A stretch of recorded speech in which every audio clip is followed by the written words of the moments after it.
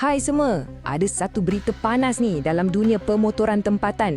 Betul-betul gegar. Sebab apa? Sebab selepas sekian lama kita tunggu, Malaysia akhirnya dah ada jenama motosikal nasional yang kedua. Ya, anda tak salah dengar. Selepas Modenas, sekarang kita ada satu lagi jenama kebanggaan negara. Jadi, jom kita bongkar kisah di sebalik afas Kencana Sport ni dan apa sebenarnya makna semua ni untuk kita. Okey, inilah dia hero kita untuk hari ni, AFAZ Kencana Sport. Ini adalah model sulung, model pertama daripada jenama motosikal nasional kedua Malaysia. Yang menariknya, ia lahir daripada kerjasama strategik antara syarikat tempatan kita dengan gergasi dari Jepun, Suzuki. Baiklah, cukup-cukuplah intro kan. Sekarang, jom kita bedah siasat sikit. Kita nak tengok apa sebenarnya yang jadi nadi, yang jadi penggerak utama jentera baru ni. Okey, mari kita tengok nombor-nombor penting ni. Enjin dia 113cc, dah pakai fuel injection, so jimat minyak lah. Kuasa 9.1 HP tu cukuplah nak ciluk-ciluk kat bandar, memang responsif. Torque 9.0 Nm pula bagi pick up yang sedap dari gear rendah. Campur pula dengan berat dia yang cuma 106 kg, motor ni terasa sangat lincah dan senang nak handle. Ni dia, part yang semua orang tunggu-tunggu kan? Harga dia.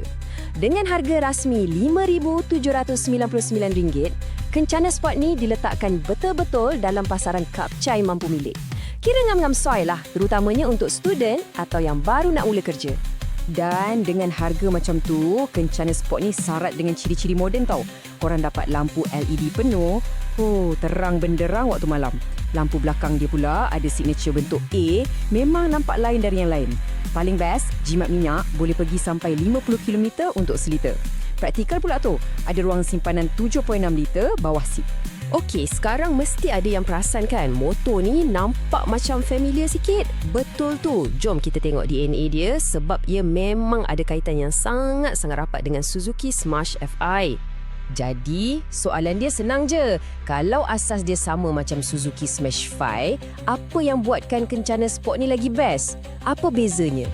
Kat mana nilai tambah yang dia tawarkan? Inilah jawapan dia. Kencana Sport ni bukan setakat tukar stiker tau.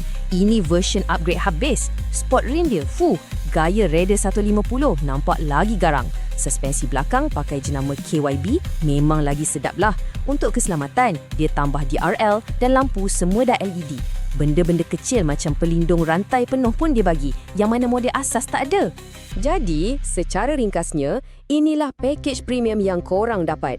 Bukan je dapat enjin Suzuki yang kita semua tahu memang tahan lasak dan jimat, tapi korang dapat sekali reka bentuk yang lebih moden, suspensi KYB yang selesa, lampu LED yang lebih selamat dan brek depan jenama Nissin yang lebih meyakinkan. Ini semua peningkatan yang ketar. Okey, kita dah tengok spek, dah tengok semua upgrade ni. Jadi persoalannya, motor ni sebenarnya untuk siapa? Siapa yang patut beli motor ni? Profil dia sangat jelas. Motor ni memang sempurna untuk orang yang ulang alik kerja hari-hari dalam bandar. Kalau korang student ke, first jobber ke, package ni memang sangat menarik, harga mampu milik, gaya pun moden dan paling penting, poket tak bocor sebab enjin dia sangat jimat minyak. Jadi kesimpulannya, AFAZ Kencana Sport ni lebih dari sekadar sebuah kapcai baru. Ia bawa satu mesej yang lebih besar. Ia adalah satu simbol. Simbol permulaan era baru untuk industri motosikal nasional kita. Satu tanda yang kita pun mampu bersaing. Dan ini membawa kita kepada satu soalan terakhir yang menarik untuk kita fikirkan sama-sama.